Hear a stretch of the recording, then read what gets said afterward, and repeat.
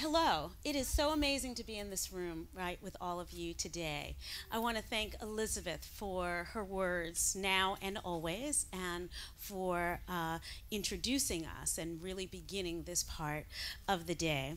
I want to thank the Ford Foundation. You know, I've had the privilege of being an Art of Change Fellow here at the Ford Foundation last year and got to spend a lot of time here thinking about these ideas and issues. Thrilled to be here today. And I want to thank Teresita, who's been thanked, but I think we can't stop thanking her for the effort that made this happen. I remember many, many, many years ago being in a fairly typical art world room with Teresita and Amada, and at the end of the evening, the two of you sort of approached me and we had a conversation about what it meant to be us in those spaces. And Teresita, that was the very beginning of you beginning to really, for me, define the space of allyship around these issues of change and parity. And I want to thank you for that conversation, for making this happen today. I also want to thank, there are many peers in the room, many museum directors who have been doing this work in past and present, and I want to thank you all for being here, for wanting to be part of this conversation. And as the director of the Studio Museum in Harlem, I feel in this space I have to say the name of Lowry Stokes Sims.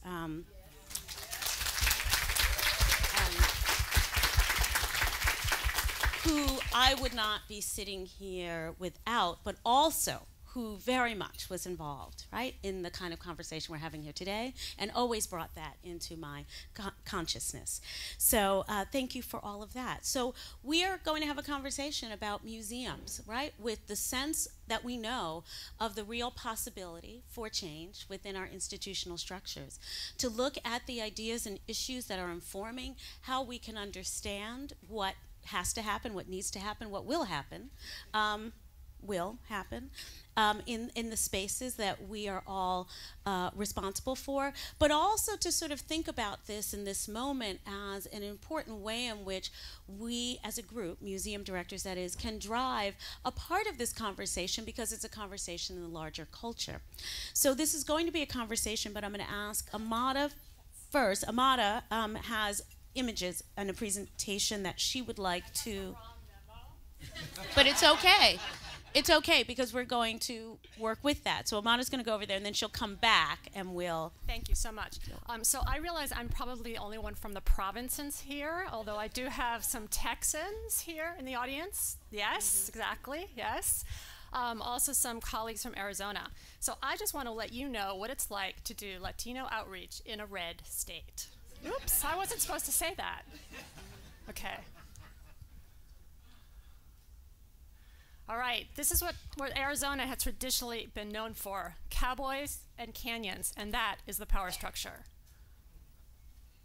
But there's a clash of cultures happening just like everywhere else in this country. It is actually the 6th largest city in the country, still acts like a small town. The average age is, guess. No, not 60. 35. All right, so here are some really quick facts. 49th in the country of 50 states for the lowest amount of money spent on education. This is not a pretty picture, right? We spend a lot more money on jails. Let's see, nearly 50% of Arizona schools spend 0 annually on arts education. So you can obviously see where the need is. All right, again, the demographics. The 40.8% of the city is Hispanic, and I'm using that term because in Arizona you can use Hispanic or Latino. 30% of the state is Hispanic. Population of Hispanics has doubled in Phoenix since 1990, and the average age is 25. So where is the future of the city? It's Latinos. Okay, this is the story you know. It's really weird. The person on the lower left is my new hero, Vanessa Ruiz, and she's actually a new person on TV and a broadcaster, and she got in trouble because she started pronouncing Spanish names of cities in Arizona with in Spanish. So instead of, you can't make this stuff up, instead of Mesa Verde, she said Mesa Verde, and she started getting lots of complaints. My new hero. Okay, this is the lobby of the museum. Let me go quickly through this. Oh, wow, I didn't know that was doing that. Okay, the first thing I did is notice that in a 260,000 square foot building, there was not one Spanish language sign in a 41% Hispanic city. So we stuck up this very simple sign. I started to get letters of protest. All right. Okay, so what else do we do? Well, there is actually a really wonderful collection in the museum, Latin American collection, Latino art, mostly of local artists. Also a really important Spanish colonial painting collection, which every time we put up, it's just super popular. I should say the Latino population of Arizona, and especially Phoenix, is 99.9% Mexican. And so what we're trying to do now is really redefine what these collections are and redefine what American art is. Now remember the first slide, cowboys and canyons. All right, this was a surprise to me. The staff is really into the whole Latino initiative that we've started, and the guards decided they wanted to have new t-shirts. So the Anglos got t-shirts that said, "We're here to help," and the Latinos on staff got these really cute t-shirts, and they're super proud of them, which is really great. So what else? We hired someone to do bilingual social media, and that's been really, really great for us.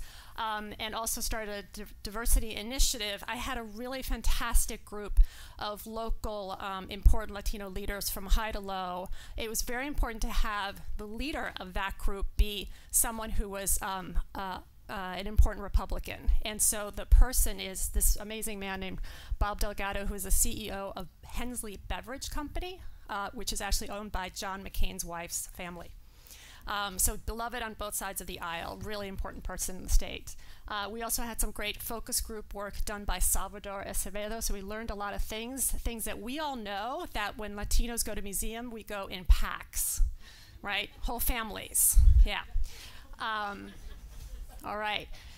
I'm going really fast. This is our future. So the beginning, when I started with the future is now, whenever I present to the board about diversity programs and Hispanics in the state and the whole thing, they say, "Wow, that's so cool, the future, that's the future." I say, no, no, no, the future is now. Thank you.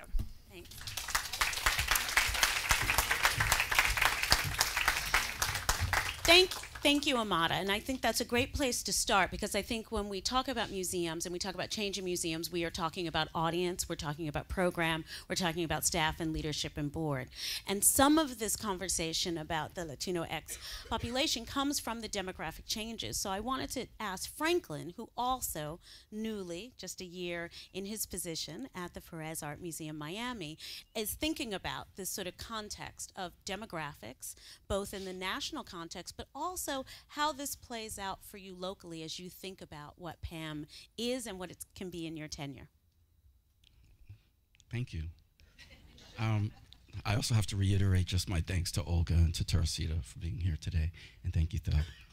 And coming from Miami, I mean, obviously, we have a very important role, I believe, in this conversation, coming from a city that is basically 70% Latino. A city where more than 53% of the population identifies as Cuban or Cuban American.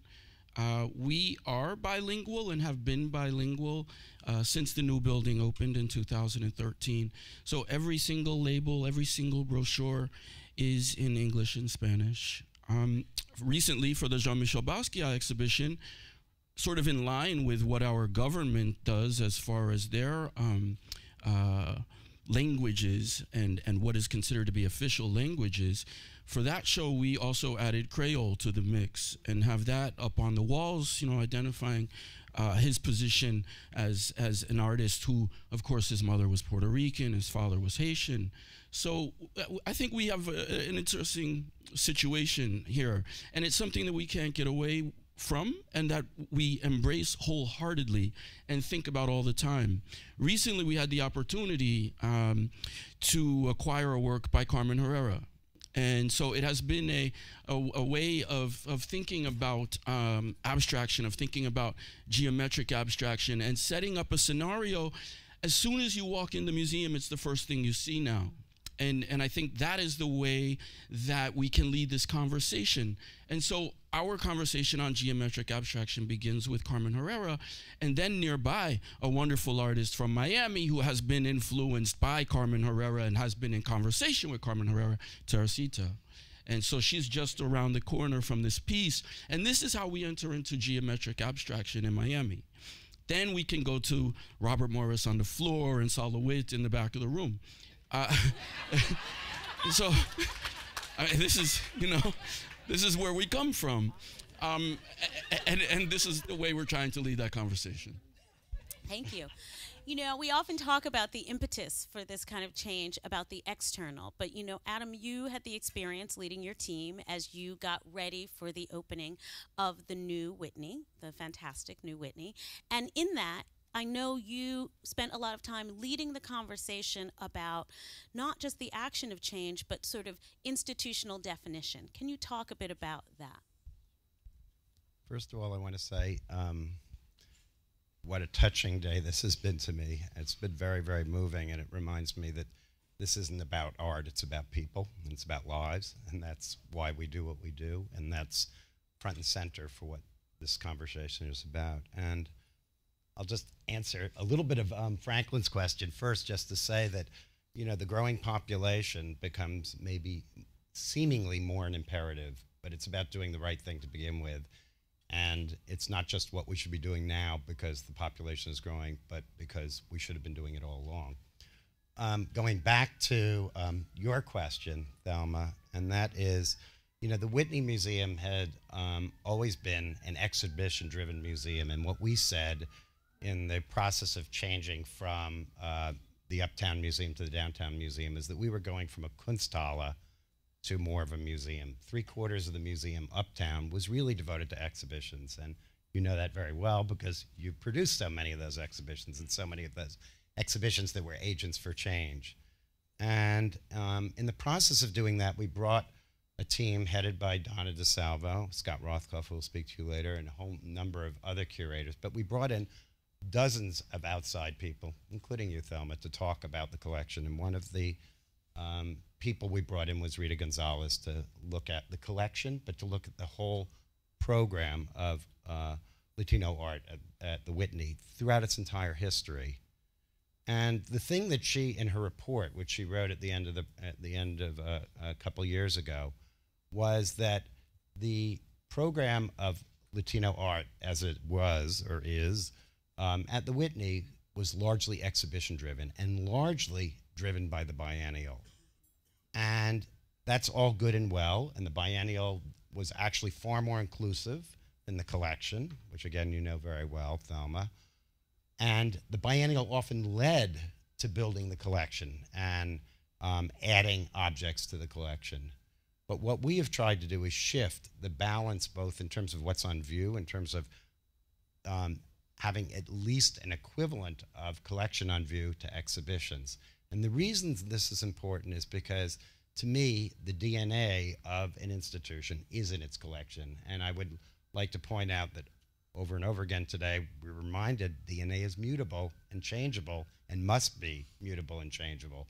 And the goal of America is Hard to See, which was the opening exhibition, and that title, I think, says it, that it is hard to see, and we have to work very hard to see it. And it's a process, not an end result. But the idea was to present the DNA of our collection, which in many ways was even hidden to us. We had things in the collection we didn't even know that were there. And to make sure that that collection presentation had as broad a representation as possible, so that when people walk into the galleries, and I was so struck by what was said by Vincent, that the absence of history is as dangerous as the distortion of history. I would even go farther to say the absence of history is worse than the distortion of history because we have nothing to base it on. And the idea was that people could see themselves in what was there. And that's where it really begins. And I think just one last quick thing, and that is that the Carmen Herrera show, which I think, you know, it is at least 30 years too late, and that was one of the things I said at the opening, you know, let 101, her age, be a lesson to us that we shouldn't have to wait to 101 for something like this. But what was interesting about it is my colleague Dana Miller, who identified the work that we acquired by Carmen Herrera to include in the opening exhibition, it was that object for the collection that then led to the Carmen Herrera show. So it's an inversion, and that's something that I think is really critical and marks what we're trying to do at the New Whitney, is understanding that that base of the collection is what is going to drive it. It's not that exhibitions don't matter, and we'll continue to have an incredibly energetic exhibition program, and I'm sure Scott will talk about that. But that base of the collection and the inclusion of what's in that collection is critical to those various stories that were referred to by, I think, Chan earlier on, and what those stories are and how we tell them. Thank you. So, you know, we all know what change looks like in its ideal, right? It's not simply diversity, it's inclusion, but it's really about parity and equity, right? So, to get there, what do you each think can have the most significant long-term impact? Is it staffing? Is it program? Is it board? And then does one have to happen before the others can happen? Should I go ahead? Yeah. Okay. Is this on? Yeah. Mm-hmm. Yeah? Okay. Yeah. I think in terms of long-term, it's really structural, and I think it's staff with board. So I actually have our chief curator here, Gilbert Vicario. Gilbert, stand up, raise your hand. Gilbert is our new chief curator.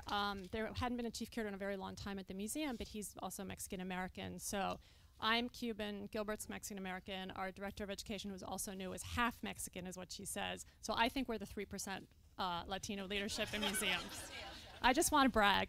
But I think that structure, I think that makes all the difference, because I think someone from a different background walking into the museum is not going to see the things that we necessarily see, or be able to respond in a more visceral way, maybe. I also think the board, I mean, I work for the board. I'm just going to push this as far as I can, but someday it could all go away, and it's because I just have to have the board behind me to be able to do all of this stuff, all of this outreach, everything. So I think first it's really structural and internal. I would totally agree with that, and I also want to shout out Miami, because there's a lot of Miami in here,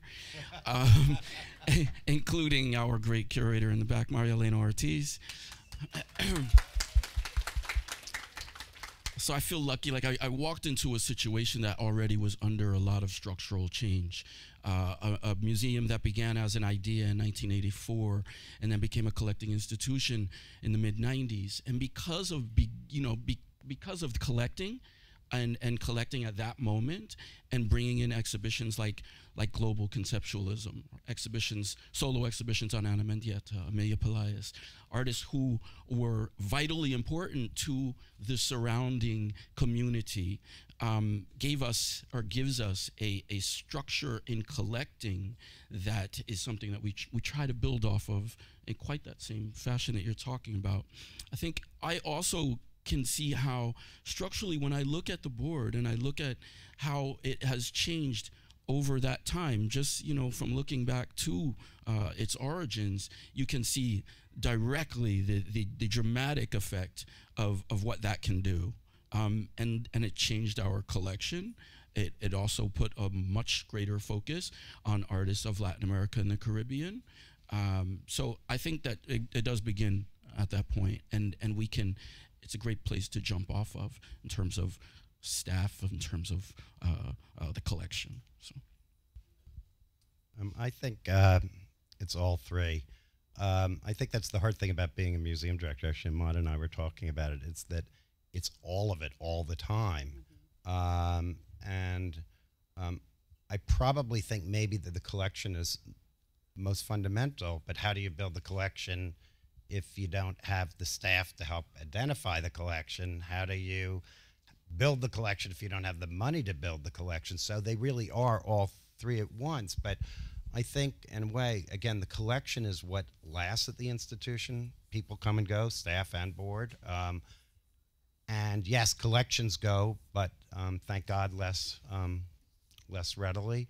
So I'd probably say maybe the collection is that bedrock, because in the end, that's what reminds the people who are there they can't get away from it. You can't hide from it. You can't hide from the ideas. Your art matters. Your art makes a difference. Your art has a voice. It's not silent. It's not dumb. And so to me, that art is the thing, but that's the reason everybody's there. But we have so much work to do on our board and on our staff. And, you know, it's a process that was begun a while ago, but far from where we should be. Mm-hmm, mm-hmm.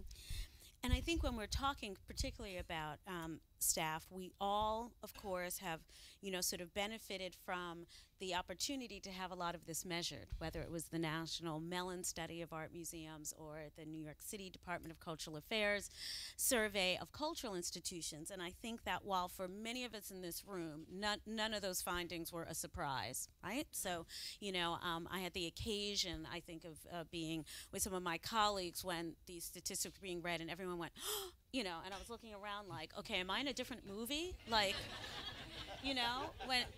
like, where have you all, you know, it's like when it said that 3%, you know, they were all so shocked, and I'm like, what, did you think we had a separate club somewhere, and we're not hanging out with you all? Like, you know, it's like everyone knows who we are, and yet they were so shocked at that little tiny line, you know, that said, you know, there were 3% of us, or whatever it was, in leadership.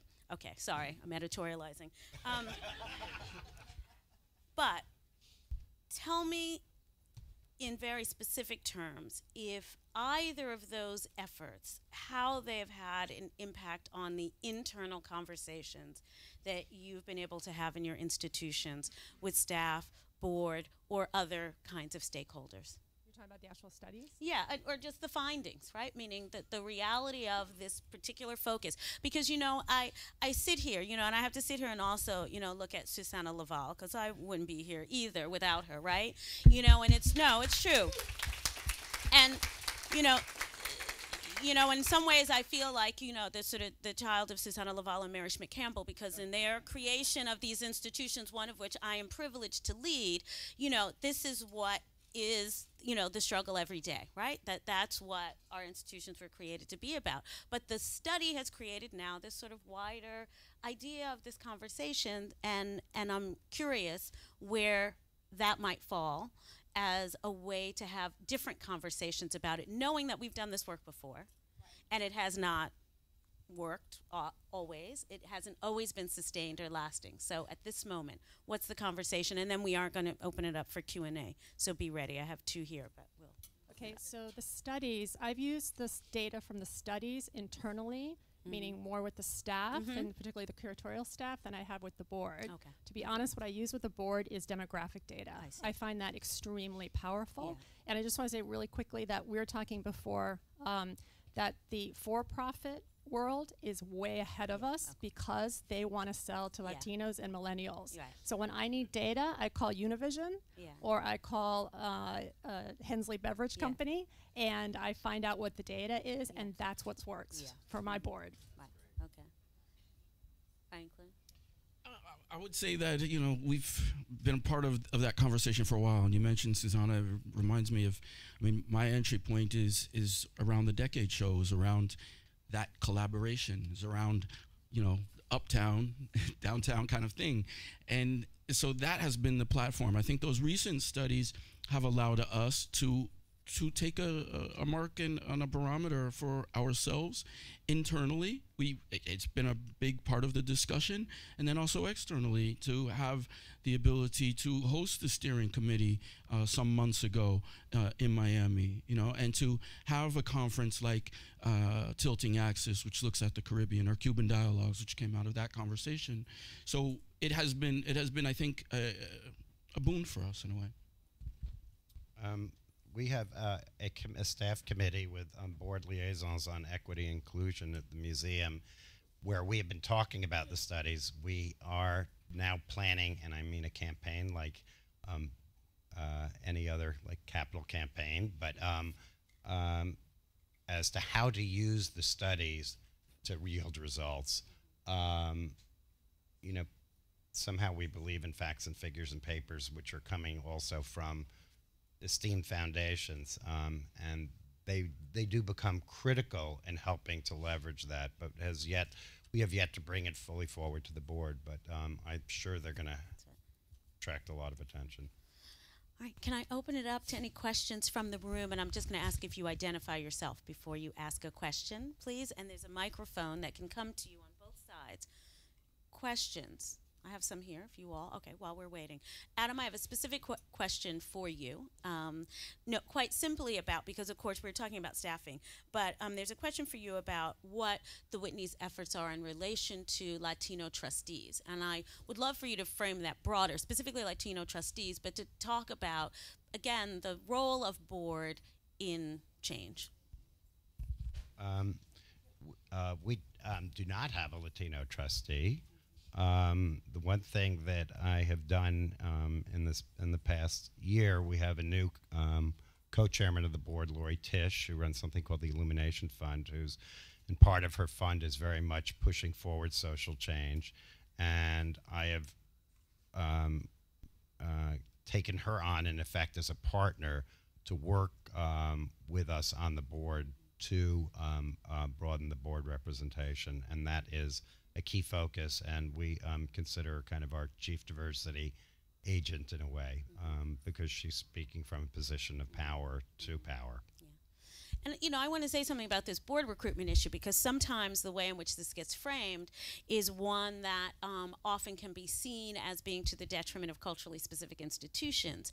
And Darren indicated this a bit in his remarks, but from where I sit, you know, this board recruitment issue is one in the space where we have to be incredibly collaborative and have a great deal of allyship, because I don't think we're going to have greater representation on boards in a way that is not detrimental to culturally specific institutions unless we are collaborative. So, for example, in the context of the African American community, Adam and I share, my chair is a Whitney board member, and this has been to the great benefit of both of our institutions around the work that we are doing. And I was going to say, you know, Darren and I have had this conversation, and you all, so many have had, is board members have to give or get.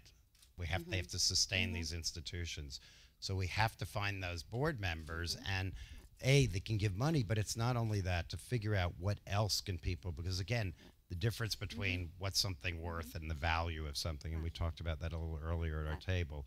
There is a lot of values that board members can give that's beyond what's worth, but we have to, in a sense, almost quantify it, and that's where those studies become helpful, because it then demonstrates to the board that maybe they might not give necessarily the same kinds of money per se, but they can be, you know, they can be very valuable to the institution. And mutually supportive.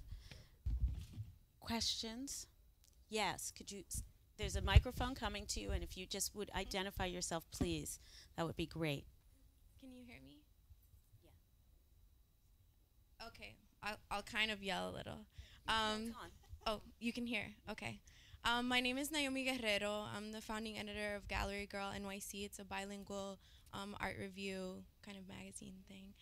My question is, how do you make sure in an effort, when let's say you hire and you're trying to diversify museum staff, how do you measure impact and make sure that the person isn't just like a symbolic placeholder or just like fulfilling a statistic and making sure that, and just like an image like, okay, yeah, our staff is diverse, look. So how do you measure impact? Everyone's looking at me. Okay. That's a really good question. I think you have to interview really carefully and slowly and pick the right person. We've been hiring a lot of bilingual staff because we had a need there, and they have to actually be able to speak Spanish. And I don't really care what the accent is, but it has to be communicable and right, basically. But also, it's honestly, it's kind of like any other staff member, is just reviews, you know, and what kind of impact are they having, you know? If it's the social media person, we have this fantastic bilingual social media person. She's in the galleries all the time, every day, doing her work, getting out the news. And it's really helping. So I think it's on an individual basis. And I think I would like to split your question in half, because I think there's the one, how do we make sure that a curator of color, Latino curator, can be effective in their job? That's all what it just means to be a curator.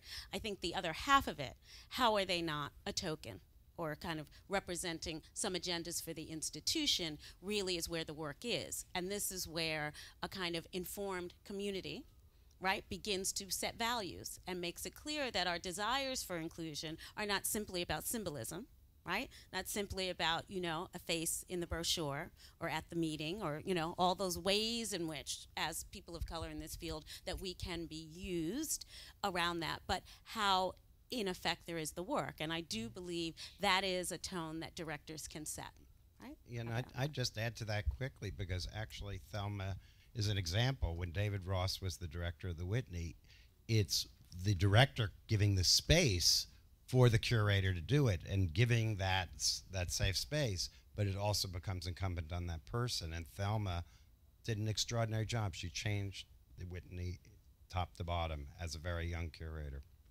Thank you. Questions? Amalia. Sure. Could someone bring Amalia the microphone, please? Amalia, right there. Can you hear me? Yes. Okay, so I'm indulging myself by making a comment instead of a question. I'm not going to argue with you. Because you know. I'm quoting Amiri Baraki, for those of you who are too young to know he was once Leroy Jones, but he came to us at Yerba Buena Center for the Arts, and Martha Minervega brought him. And he said something I never forgot, and I think it's really relevant because we have not brought this up so far today. But our own institutions, by that I mean those that are within our own communities, Casas de Cultura, however we define them, have been for many years the incubators for our artists. Because just to go from a beginning artist to be in a major museum is a very long road. I mean, it happens fast, but that's roadkill. You know, when it happens too fast, they just toss you aside. So I'm talking about the longevity of a career.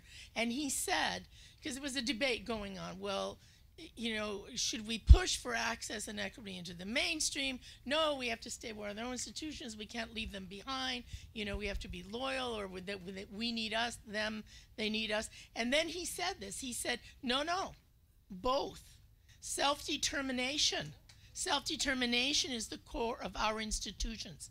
It is how we know who we are. It's how we strengthen who we are. And it's how we offer opportunities for our young artists. But he said that does not deny us the right to democracy. And democracy is our tax-paying right to expect from major institutions that they come to understand who we are. That they inform themselves by hiring, you know, scholars and curators from those same places. So I just want to remind us that it isn't a one-way road from a community to the mainstream. It's dialectical, and we always have the right for self-determination and democracy at the same moment. Right. Thank you, Amalia. Thank you.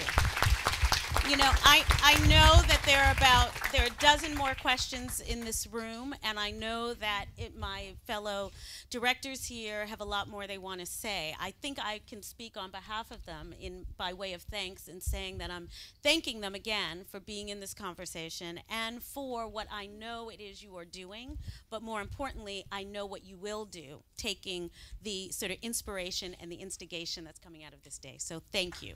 Really, thank you. Thank you, everybody.